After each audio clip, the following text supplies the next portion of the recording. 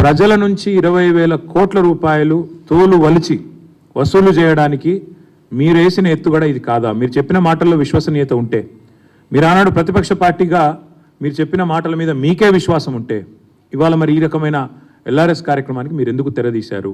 మార్చి 31 లోపల ఖచ్చితంగా కట్టి తీరాలి అని మీరు ఏదైతే చెప్తున్నారో ఇది మరి ఎంతవరకు సమంజసం మీరే చెప్పాలా. ఎందుకంటే ప్రభుత్వంలో లేనప్పుడు, ప్రతిపక్షంలో ఉన్నప్పుడేమో ఫ్రీగా చేస్తామని చెప్పి ఊకదంపుడు ఉపన్యాసాలు ఇచ్చారు, ప్రజలకు అబద్ధాలు చెప్పి అధికారంలోకి వచ్చారు. ఎల్ఆర్ఎస్ మీద న్యాయ పోరాటం ఏమైంది? వెంకటరెడ్డి గారిది పిల్లి ఏమైంది చెప్పాలి. అందుకే మేము అనేది బట్టి గారు చెప్పిన మాటలు వట్టి మాటలను తేలిపోయింది. అసలు ఎల్ఆర్ఎస్ కట్టవద్దని చెప్పింది ఉత్తదని తేలిపోయింది.